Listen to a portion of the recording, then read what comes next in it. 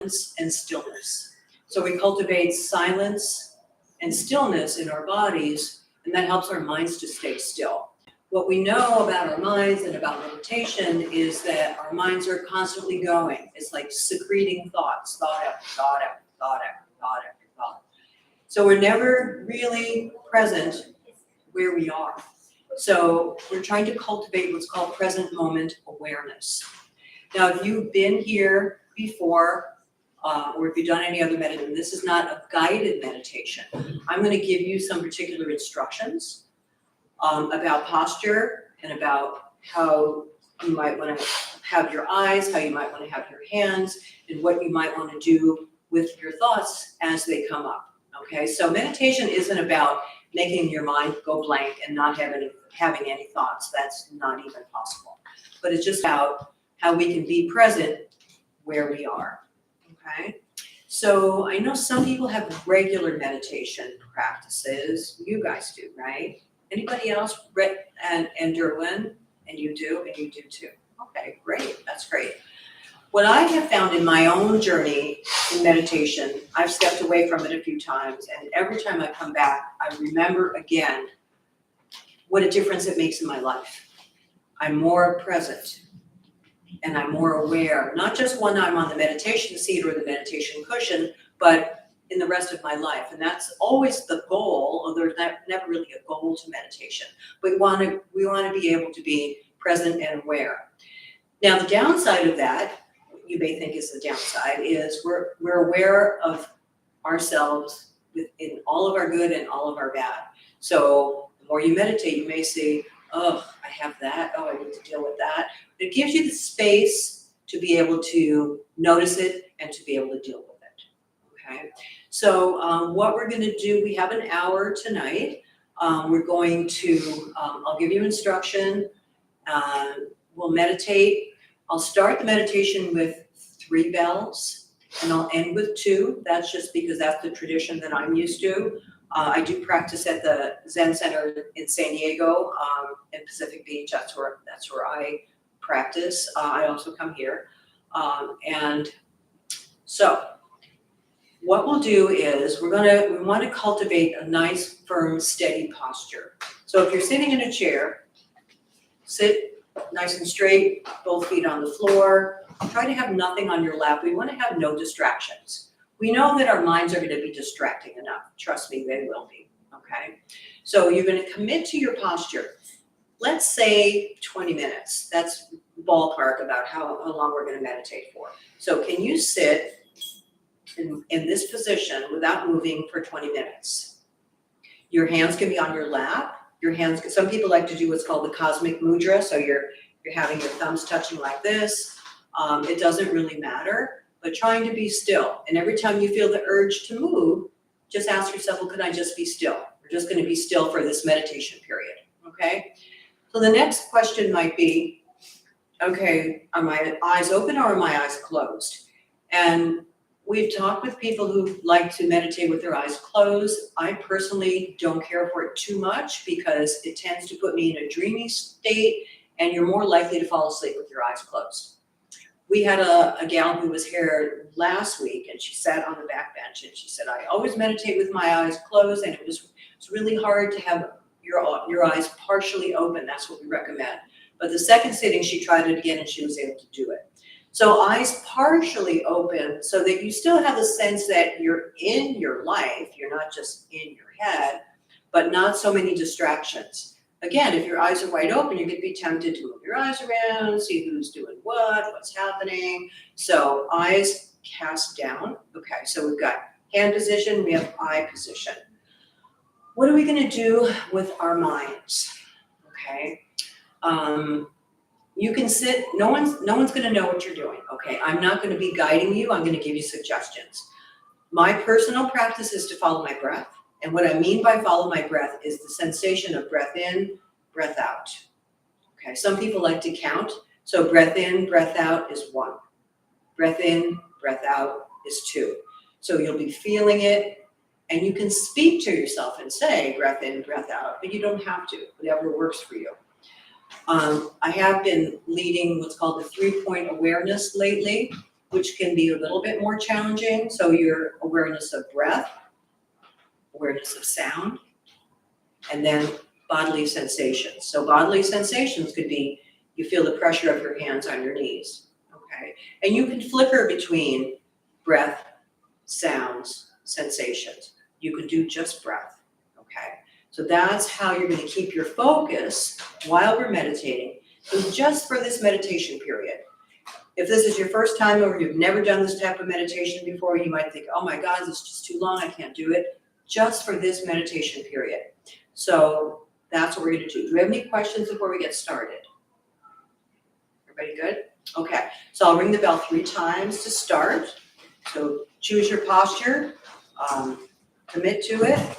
And then at the end, I'll ring the bell twice. And I usually like to lead everyone in a little bow at the end, a little small hand bow. And we're bowing to our practice. We just did something that's really special. We just did meditation. So that's why we do that. Okay? All right.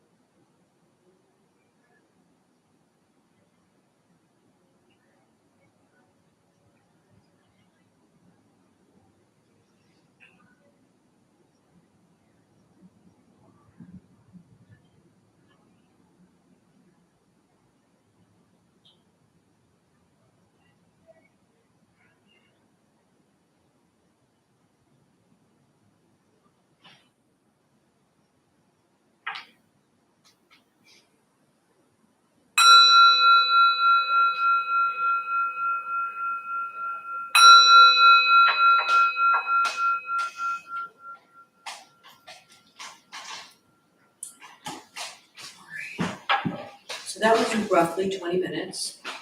So I would love to hear from anyone. What was that like for you? Was it hard to sit still? Easy to sit still? Was your mind racing? Who's willing to share? I'm gonna pick somebody. Okay, Sam, thank you. So I tried your 3-point, Okay, and what I noticed was that I tend to be distracted by noises when I'm focusing on something else. But when I focus on the noises, because to me it's all noise, Yeah. and it's annoying, right. it totally flattened it and made it actually really, it was actually easier than focusing on the breath, for example. Great. So you had enough to concentrate on, to focus on, that it kept you focused. Yeah, Would you say? Yeah. yeah. Yeah. I mean, Yeah. I noticed you were nodding your head too. Was that your experience? Did you do the 3-point awareness? Yes. You talking to me? Yes, ma'am. I was a little uncomfortable with keeping my eyes half Okay. open. I've never meditated with my eyes open, and then there were times I was like, oh, I can't move. Yeah.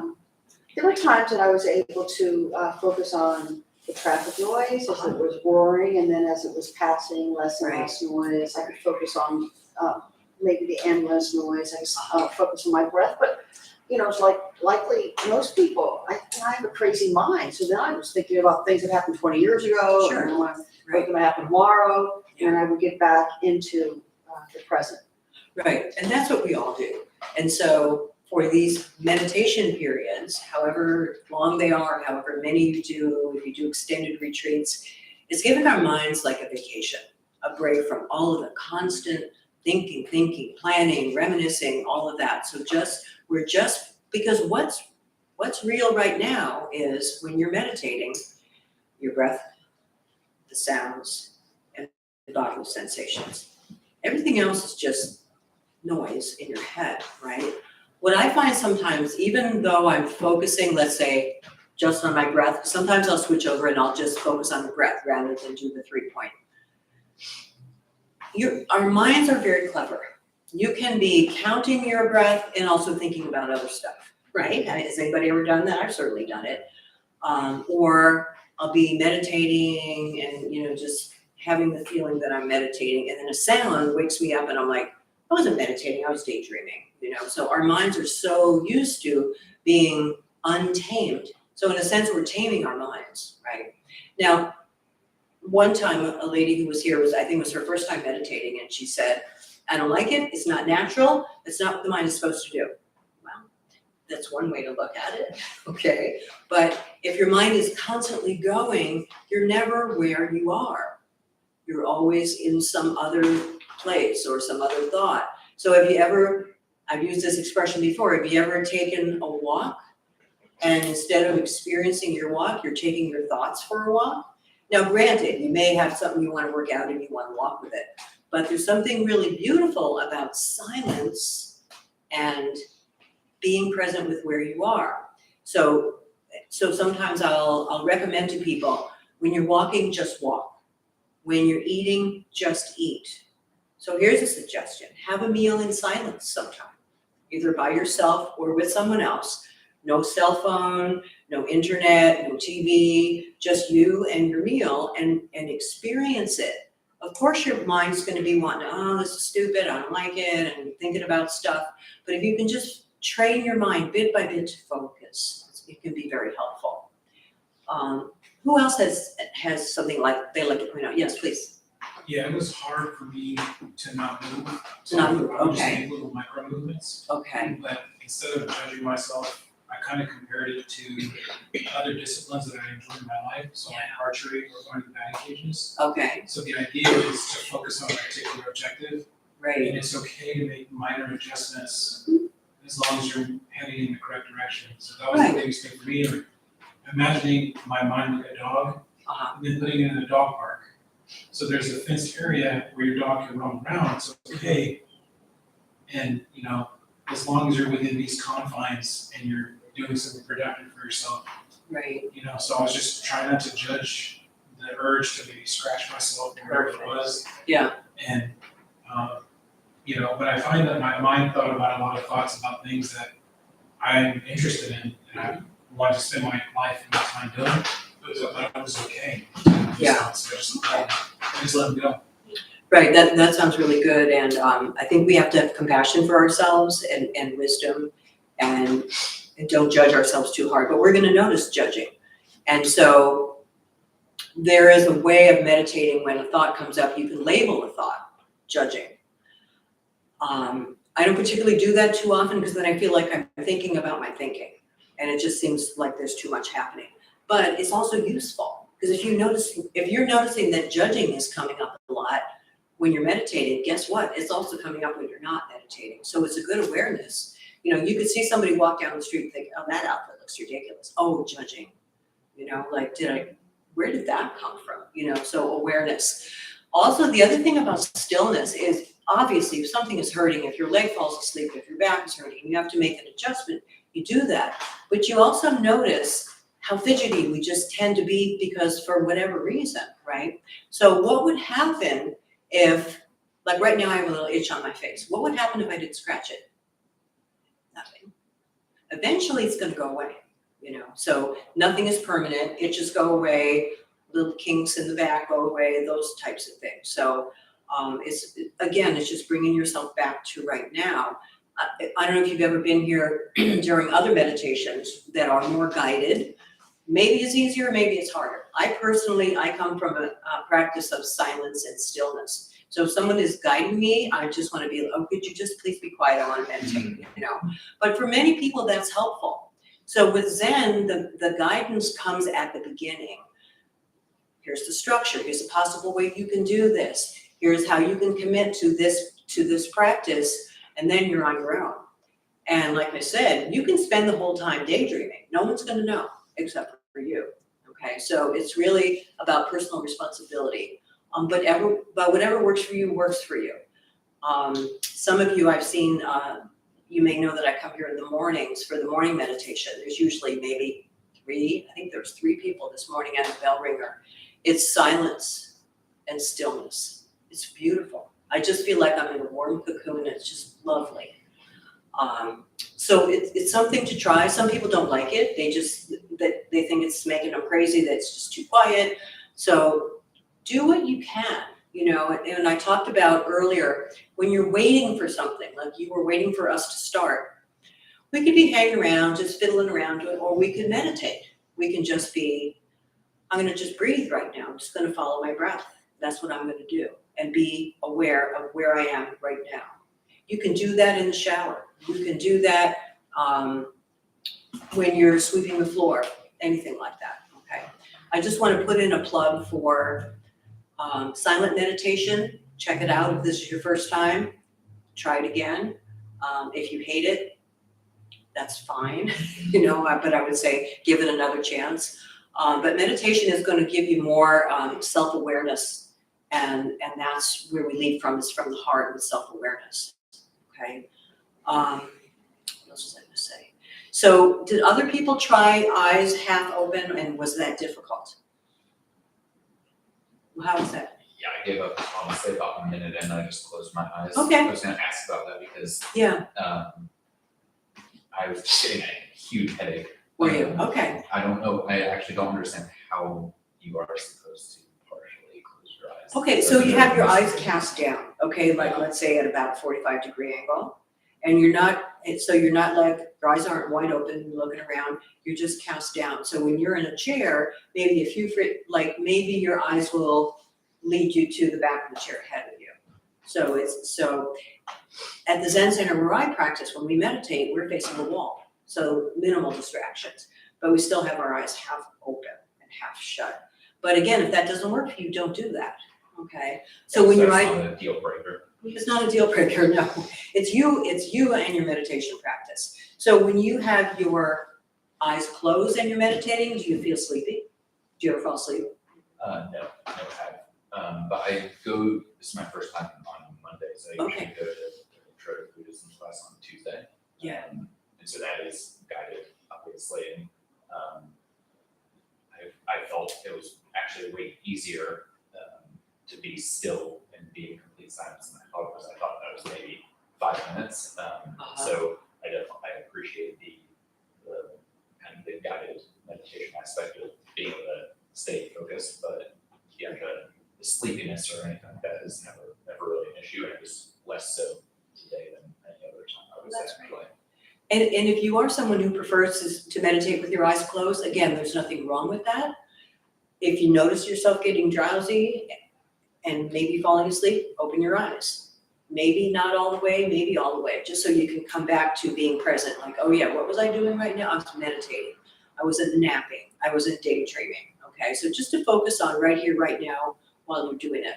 Okay, so there are meditations here, silent meditations in the morning. There's an 8 to 8:25, 8:30 to 9. So you can meditate for roughly half hour or an hour. And then they do that again at noon. And that's Monday through Friday, as far as silent meditation goes.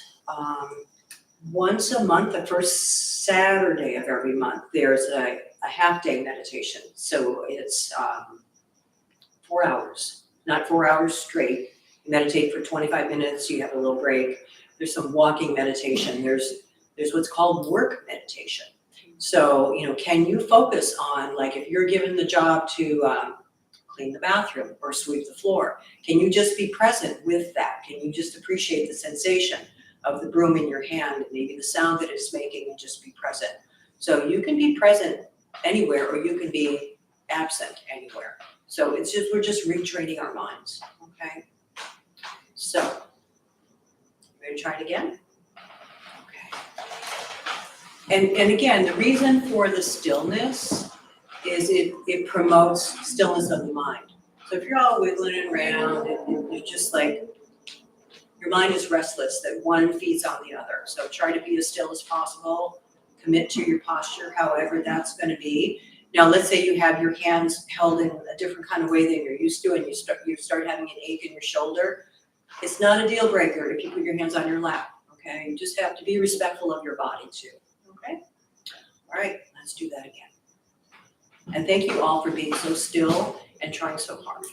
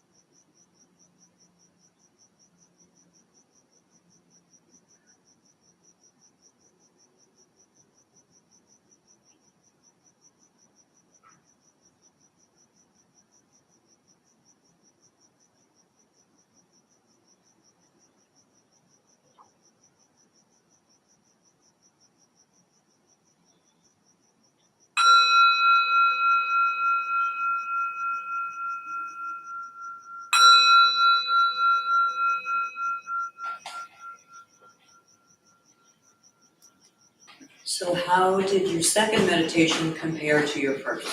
Was it easier because your mind was already settled down? Was it harder because you're getting antsy and wanting to go? How was it?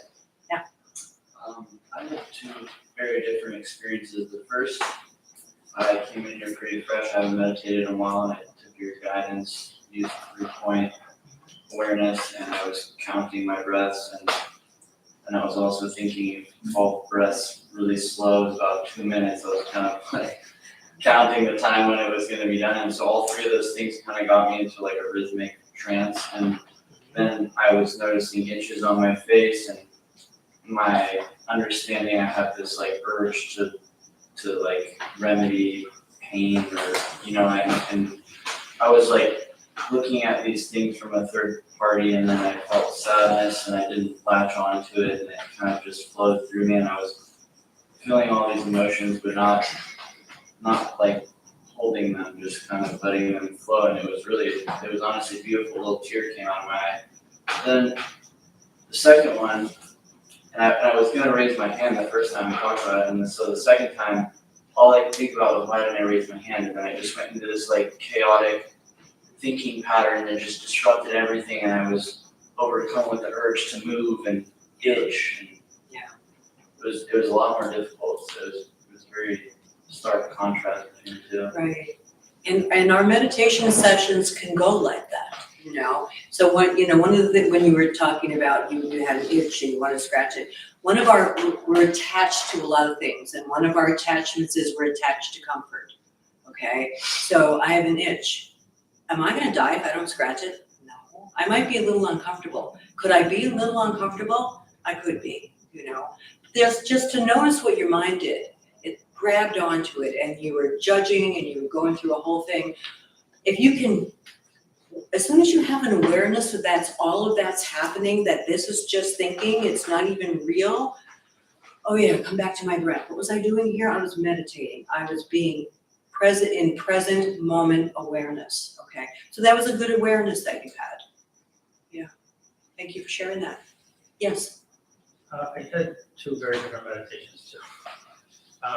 The first one, I was struggling a lot with feeling drowsy. Yeah. Which happens a lot if I meditate in the evening. And so I was trying to do like a half eyes open meditation to try to help. But I was still noticing I would like, my eyes would kind of like drift closed, and then I would get into like kind of a dreamy meditation state. Then I would kind of like abruptly kind of like come out of it, and then I'll try to focus. It would happen again and again. Yeah.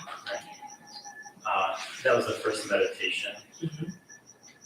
And I was just trying to be, I don't know, like kind to myself. Have compassion for yourself. Yeah. Yeah, when I come out of it, just another opportunity to meditate. Right. And the second meditation, the only thing I did different is instead of having a kind of like half eyes open up, I kind of opened my eyes more fully. And I focused like right at this spot here. And then I let the rest of my vision kind of blur the periphery. Great. Did that work for you? It worked really well. Good. It was Okay. like just having my eyes like really focused on one thing, focused my mind too. Yeah. And I had a very, very focused meditation. Great. So, we're practicing meditation, and we're practicing what's working for us. It sounds like that worked well for you. As I mentioned, when I sit at the Zen Center, our practice is we face the wall. You could have your eyes open and be facing the wall. What I've noticed is our minds just want to think. It's just like they want to, So I could be looking at a white wall and I'll start noticing patterns are floating by, various shapes. They're not there, but they're just in my mind. My mind is creating them, There was another place that I used to sit where we didn't face a wall, but we had like a hardwood floor. Okay, so our instructions were have your eyes cast down. Well, you're looking at hardwood and there were patterns and things were moving and none of that was happening, So whatever works for you to hold your focus, and you may maybe you'll be particularly focused and particularly calm in your meditation, and it goes easily, and you feel good about it, and that's great. And you may have a million thoughts. I have to keep coming back to my breath because I keep going off. That's fine too. You know, you're training your mind. We're not used to this. This isn't easy for most people, okay? Even people who've done it for many years, it does get easier, I will say that. And those of you who have meditated for a little bit know that. When you practice anything, it gets easier, right? So just, you know, kind of keep at it. Some people like to meditate at home. They don't have an opportunity to come to a place like this or any place and sit with other people. I particularly, because I have the time, I like to come here. Just this atmosphere, and I don't know if you guys could tap into it, but I could feel the power of the group meditation. There was an energy in here. Everybody was trying to focus, and that just fed my meditation. Okay, so I prefer to meditate with other people. Sometimes that's not an option. So if you have a space at home where you want to just have a cushion or a special chair, maybe a candle, maybe some incense, do we need any of that? No, but it makes it more special. You know, it's like when we come in this building, it feels special. You know, when we're done with our meditation, we do a little bow. It's just like we're doing something that's special, you know, that not everybody does, and it's about self-care, and it's about awareness and being in our lives. So anybody else have comments about their meditation this evening? Anybody hate it and never wants to do it again? You can be honest. No one's gonna cop to that, okay. It's meditation is hard. It's a discipline. And particularly Zen meditation, people either take to it or they don't, or it grows on you, okay? Some people really prefer reminders, like if you come, somebody said they come on Tuesday or on Saturday, where the leader will be saying, where's your mind? Follow your breath. You know, sometimes those pointers are helpful, and for other people, they're distracting. So we're just all different, okay? So I just wanted to thank you all for participating and sharing your practice with me and with all of us. Brother Michael will be here next Monday. He was supposed to be our speaker tonight, but he wasn't able to make it. So those of you who are looking forward to that, you'll get to have him next week. And then Ksenia is our hostess this evening, and she's gonna give you a few announcements before we go. Thank you so much, Robin. That was beautiful. Hello, everyone. I'm tonight's host, Ksenia. We opened the Dharma Bum Temple about 17 years ago to introduce the Buddhist practice to those who show up. Those who lead, we are not nuns or monks or gurus or masters or teachers, and we are not looking for students. We're simply practitioners sharing our interpretation of the practice. Every night we have different classes led by different people from various Buddhist traditions. We offer a recovery sangha that meets every Monday and Friday for anyone struggling with any level of addiction. We have our food restribution program on Thursdays at 5. And we have classes and programs every day, and they're always offered for free. The full schedule is on the website and is also posted in the entryway above the shoe rack. We have a lending library, and if you see a book that you like, please feel free to borrow it and bring it back whenever you're finished. And then before you go, if you would please straighten your cushions or your seat, and if you would help close the latches in the windows, that would be very helpful. Thank you all so much for being here, and we really wish to see you again. Thank you all very much for coming tonight.